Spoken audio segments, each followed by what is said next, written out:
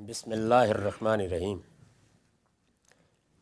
عن ابن عباس قال مر النبی صلی اللہ علیہ وسلم بحائط من حیطان المدینہ او مکہ فسمع صوت انسانین یعذبان فی قبورہما فقال النبی صلی اللہ علیہ وسلم یعذبان وما یعذبان فی کبیر وانہ لکبیر ثم قال بلا کان احدهما لا یستتر من بولہ وکان الاخر یمشی بالنمیمہ ثم دعا بجریدۃ رطبہ فکسرها کسرتین فوضع على كل قبر منهما کسرا فقیل له یا رسول اللہ لما فعلت هذا قال لعله ان يخفف عنهما ما لم تيبسا او الى یبسا۔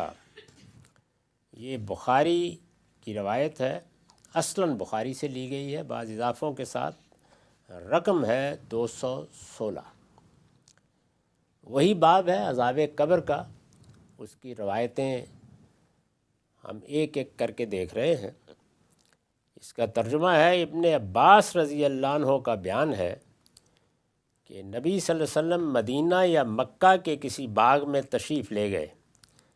مکہ میں کسی باغ کا کیا سوال ہے؟ اس طرح کی بعض غلطیاں راوی حضرات کرتے ہیں، یا بعد کے زمانے میں لوگوں کو ذہول ہو جاتا ہے تو پھر وہ اس طرح بیان کر دیتے ہیں۔ اس وجہ سے باغ تو مدینہ ہی کا ہونا چاہیے، اور مدینہ ہی میں باغات تھے بھی، اور ہم پیچھے دیکھ بھی چکے ہیں کہ یہ زیادہ تر یہود کے باغات تھے، اور رسول اللہ بھی ادھر جاتے رہتے تھے۔ ابن عباس رضی اللہ عنہ کا بیان ہے کہ نبی صلی اللہ علیہ وسلم مدینہ یا مکے کے کسی باغ میں تشریف لے گئے تو دو آدمیوں کی آواز سنی جس پر ان کی قبروں میں عذاب ہو رہا تھا۔ اس سے پیچھے بھی بہت سے واقعات بیان ہوئے ہیں کہ رسالت مآب صلی اللہ علیہ وسلم نے کوئی آواز سنی یا کوئی مشاہدہ آپ کو کرایا گیا۔ یہ مشاہدات کیوں کرائے جاتے ہیں، اس پر میں تفصیل سے گفتگو کر چکا ہوں۔ یہ رسول اللہ ہی تک محدود ہوتے تھے، ساتھ جانے والے اسے نہیں سن پاتے تھے۔ چنانچہ بلال کی اور آپ کی گفتگو اس سے پیچھے نقل ہو چکی ہے کہ خود آپ نے ان سے پوچھا کہ بلال تم نے بھی یہ سنا؟ تو انہوں نے کہا کہ میں نے تو کوئی ایسی بات نہیں سنی۔ نبی صلی اللہ علیہ وسلم نے یہ سنا تب فرمایا کہ ان دونوں پر عذاب ہو رہا ہے، اور بظاہر کسی بڑی بات پر نہیں ہو رہا، لیکن اللہ کے نزدیک وہ بڑی بات ہی ہے۔ پھر آپ نے فرمایا ان میں سے ایک اپنے پیشاب سے نہیں بچتا تھا اور دوسرا چگلی کھاتا تھا۔ پھر آپ نے ایک گیلی ٹہنی منگوائی، اس کے 2 ٹکڑے کیے اور ان دونوں میں سے ہر ایک کی قبر پر ایک ایک ٹکڑا رکھ دیا۔ پھر آپ سے سوال کیا گیا کہ اللہ کے رسول آپ نے ایسا کیوں کیا ہے؟ آپ نے فرمایا ٹہنی کے یہ دونوں ٹکڑے جب تک خشک نہیں ہو جاتے، امید ہے کہ ان دونوں آدمیوں کے عذاب میں بھی تخفیف کر دی جائے گی۔ اس روایت کے قبول کرنے پر بھی بہت سی بحثیں ہیں، اور رد کرنے پر۔ مثال کے طور پر اس میں 2 جرائم کا ذکر ہے، یا 2 گناہوں کا ذکر ہے، ایک چغلی کھانا اور دوسرے پیشاب سے نہ بچنا، یعنی پیشاب کرتے وقت احتیاط نہیں کی، قطرے پڑ گئے طہارت کے پہلو سے۔ چغلی کھانا تو ایک کبیرہ گناہ ہے، جس طرح کہ قرآن سے بھی معلوم ہے، اور اس سے دوسرے کی حق تلفی ہوتی، بلکہ اس کی آبرو پر حملہ ہوتا۔ اس پر اگر کسی کو عذاب ہو رہا ہے یا کسی کو سزا دی جا رہی ہے تو یہ بات سمجھ میں آتی ہے، لیکن یہ کہ پیشاب کے قطرے پڑ گئے اور اس پر قبر میں عذاب ہو رہا ہے، یہ بالکل ناقابل فہم ہے۔ ایک معمولی سا معاملہ ہے، طہارت سے متعلق احتیاط ضرور کرنی چاہیے، اور ہر معاملے میں کرنی چاہیے، اور ہمارے دین میں طہارت کی بڑی اہمیت بھی ہے۔ چنانچہ استاد امام امین حسن اصلاحی نے اس روایت پر بڑی سخت تنقید کی ہے، اس خاص پہلو سے کہ یہ بالکل ناقابل فہم ہے۔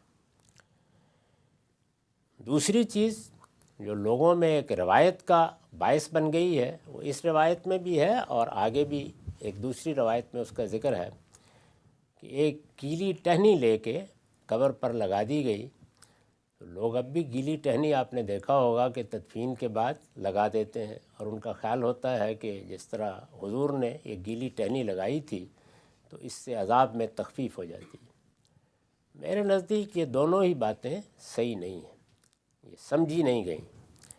تو اس کو جس طرح سے اس سے پیچھے ہم مختلف روایتوں کو پڑھ کے دیکھتے آ رہے ہیں کہ اس میں کیا قاعدہ ہے جو پیش نظر رکھا جا رہا ہے، اسی ذیل میں اس کو بھی دیکھنا چاہیے۔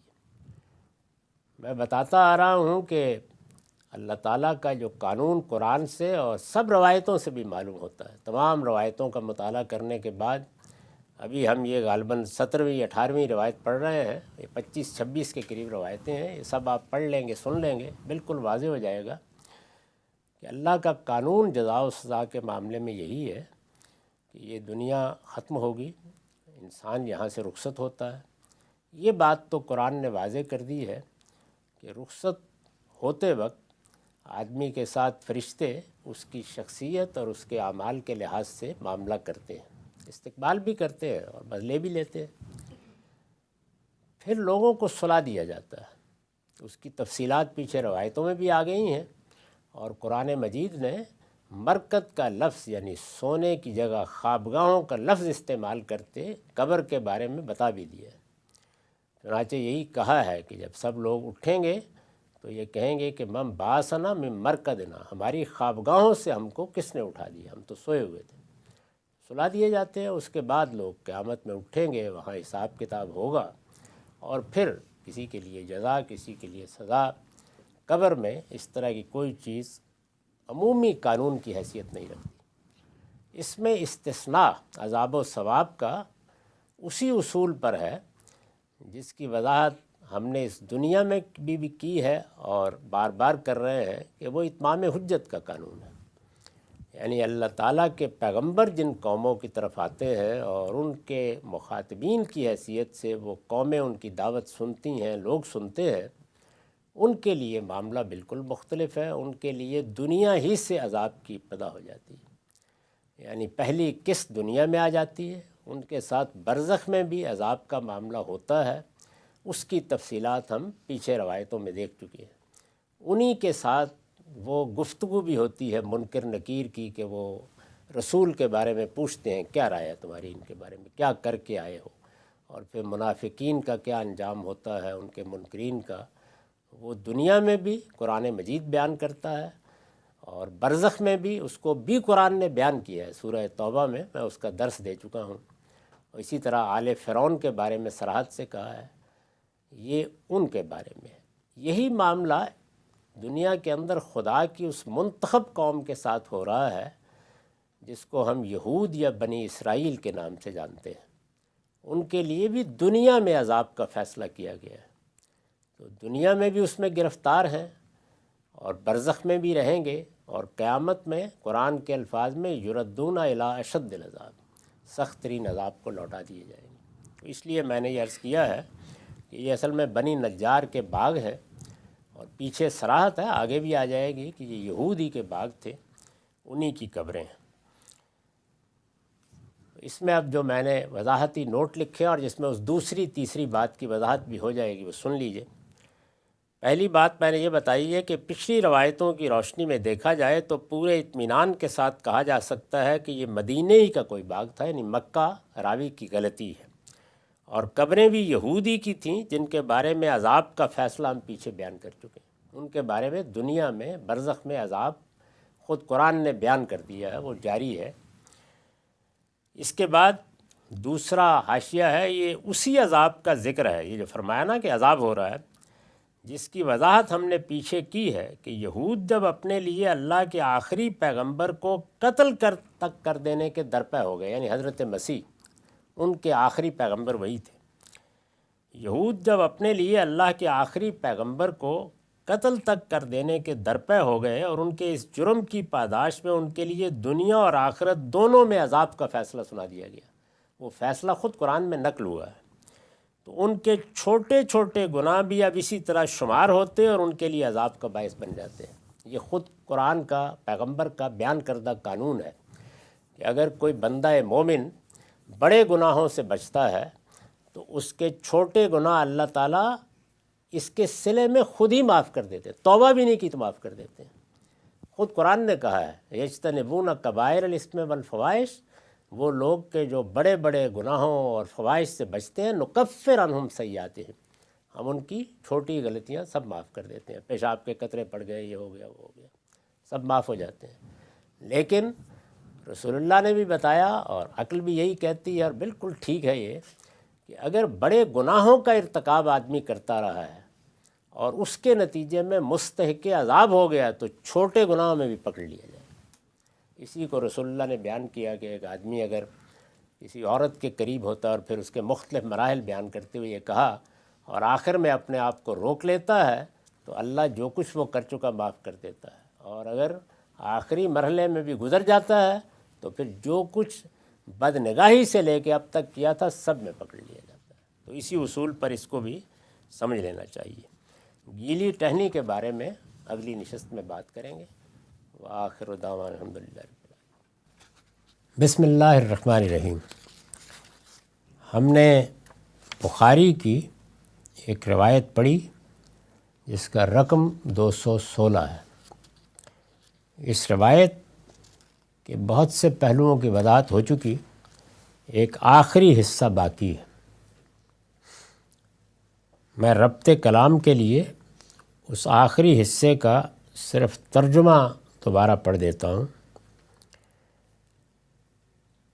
جب یہ واقعہ پیش آیا، یعنی عذاب قبر کا وہ واقعہ جس پر ہم گفتگو کر رہے ہیں، اور یہ عذاب قبر ہی کا باب زیر بحث ہے، پھر آپ نے ایک گیلی ٹہنی منگوائی، یعنی رسول اللہ صلی اللہ علیہ وسلم نے ایک گیلی ٹہنی منگوائی، اس کے 2 ٹکڑے کیے اور ان دونوں میں سے ہر ایک کی قبر پر ایک ایک ٹکڑا رکھ دیا۔ 2 آدمیوں کی قبریں تھیں۔ پھر آپ سے سوال کیا گیا کہ اللہ کے رسول آپ نے ایسا کیوں کیا ہے؟ آپ نے فرمایا ٹہنی کے یہ دونوں ٹکڑے جب تک خشک نہیں ہو جاتے امید ہے کہ ان دونوں آدمیوں کے عذاب میں تخفیف کر دی جائے گی۔ ہمارے ہاں اس سے لوگوں نے یہ سمجھ لیا ہے کہ اگر گیلی ٹہنی کسی قبر میں نصب کر دی جائے تو اس سے عذاب میں تخفیف ہو جاتی ہے۔ یہ بات اس طرح نہیں ہے، نہ گیلی ٹہنی سے کچھ ہوتا ہے، نہ یہ گیلی ٹہنی اس مقصد سے لگائی گئی تھی۔ یہ کیوں لگائی گئی، کیا چیز پیش نظر تھی، اس پر میں نے وضاحت کی ہے کہ رسول اللہ صلی اللہ علیہ وسلم نے جب اس طرح کی صورتحال دیکھی تو اپنی کریم النفسی کے باعث، یعنی آپ کی اپنی شخصیت کا ایک بڑا غیر معمولی پہلو ہے کہ آپ بعض اوقات بڑی نرمی برتتے ہیں۔ پیغمبروں کے شخصی اوصاف میں بہت کچھ تفاوت ہوتا ہے۔ سیدنا موسیٰ علیہ السلام کا ایک مزاج ہے، ابراہیم علیہ السلام کا ایک دوسرا مزاج ہے، سیدنا مسیح بالکل دوسرے مزاج کے ہیں۔ رسالت میں آپ صلی اللہ علیہ وسلم کے ہاں بہت کریم النفسی ہے، یعنی بہت نرمی، بہت لطافت، اللہ تعالیٰ نے خود اس کی داد دی ہے اور یہ کہا ہے کہ یہ بڑی غیر معمولی چیز ہے جو آپ کی طبیعت میں اللہ کی طرف سے آپ کو حاصل ہے یا ودیت ہے۔ بعض موقعوں پر اس سے بڑے مسائل پیدا ہوئے ہیں۔ ایک بڑا مشہور واقعہ تو وہ ہے جس پر سورہ توبہ میں تبصرہ کیا گیا ہے، کہ جس میں اللہ تعالیٰ یہ چاہتے تھے کہ لوگ اجازت لینے کے لیے آئیں تو اہل ایمان کے معاملے میں تو سختی کی جا رہی ہے، ایک بڑے امتحان سے وہ گزارے جا رہے ہیں، اس میں منافقین نمایاں ہو جائیں گے، تو آپ اس کی اجازت نہ دیں، پیش نظر یہی تھا۔ لیکن حضور سے جب لوگوں نے اجازت مانگی تو آپ اپنی طبیعت کے لحاظ سے انکار کر ہی نہیں سکتے تھے، تو آپ نے اجازت دے دی۔ اللہ تعالیٰ نے اس پر تبصرہ کیا ہے کہ عفا اللہ عنک لما اذنت، ساری اسکیم ہی خراب ہو گئی، اللہ آپ کو معاف کرے، آپ نے اطمینان سے سب کو اجازت دے دی۔ تو ایک طبیعت کے اندر یہ نرمی تھی۔ یہاں بھی جب قریب سے گزرے ہیں، میں بتا چکا ہوں کہ قبریں کن کی ہو سکتی ہیں، عذاب کی وجہ کیا تھی، وہ سب چیزیں بیان ہو چکی ہیں۔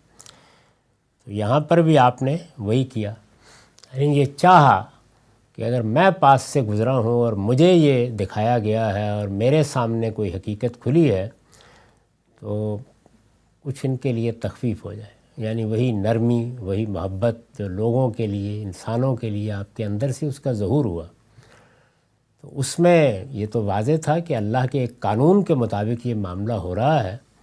یہ تو نہیں کیا جا سکتا کہ میں اس کو بالکل ہی ختم کرنے کی درخواست کروں۔ تو آپ نے کچھ وقت کے لیے تخفیف کی دعا کی، اور ٹہنی محض وقت کی تعین کے لیے، یعنی میں کتنی دیر کے لیے چاہتا ہوں۔ ظاہر ہے کہ وہاں گھڑی تو نہیں لگائی جا سکتی تھی نا، تو ایک ٹہنی کتنی دیر لیتی ہے خشک ہونے میں؟ کچھ دن تو لے ہی لیتی ہے۔ تو اس طرح چند دنوں کے لیے آپ نے تخفیف کی یا اس میں کمی کی دعا کی ہے۔ یہ ٹہنی کچھ نہیں کر رہی، نہ یہ عذاب میں کمی کر رہی ہے، یہ محض رسالت مآب صلی اللہ علیہ وسلم نے اپنی دعا کے بارے میں ایک وقت مقرر کیا ہے کہ پروردگار میں اتنی دیر کے لیے کم سے کم چاہتا ہوں کہ ان کے عذاب میں تخفیف ہو جائے، اس میں کمی ہو جائے۔ اس چیز کو بہت اچھی طرح سمجھ لینا چاہیے، اور کبھی یہ خیال نہیں کرنا چاہیے کہ اس طرح کے ٹوٹکوں سے اللہ تعالیٰ کے قانون پر اثر انداز ہوا جا سکتا ہے، یا اس طرح کوئی ٹہنی نصب کرنے کے نتیجے میں یا کوئی اور کام کرنے کے نتیجے میں کسی کے عذاب میں کمی آ جائے گی، یا کوئی شخص اللہ تعالیٰ کے ہاں کسی تخفیف کا مستحق ہو جائے گا۔ بالکل اس طرح کی چیزیں نہیں ہوتی۔ یہ دعا کی ہے آپ نے، اور واضح ہے، روایت میں بتایا گیا ہے کہ رسول اللہ صلی اللہ علیہ وسلم نے دعا کی ہے، اور اس میں یہ توقع ظاہر کی ہے کہ میری دعا ہے، اللہ قبول فرمائیں گے، لیکن کیا میں مستقل طور پر یہ دعا کر رہا ہوں کہ ان کا عذاب ختم کر دیا جائے؟ میں چاہتا ہوں کہ کچھ دیر کے لیے ان کے ساتھ میں یہاں سے گزرا ہوں تو نرمی کی جائے، اور اس نرمی کی مدت گویا مقرر کرنے کے لیے ایک ٹہنی نصب کر دی۔ ایک گیلی ٹہنی وقت لیتی ہے کچھ خشک ہونے میں، اتنی دیر کے لیے آپ نے دعا کی، اس سے زیادہ کوئی بات نہیں ہے۔ نہ اس کو اس لحاظ سے دیکھنا چاہیے، اور نہ ہمیں اب اس طرح کی ٹہنیاں نصب کر کے یہ خیال کرنا چاہیے کہ کسی کے عذاب میں کمی آ جائے گی۔ اس طرح کی کوئی چیز اس روایت سے نہیں نکلتی، نہ اس کا یہ مدعا ہے، نہ یہ چیز پیش نظر ہے۔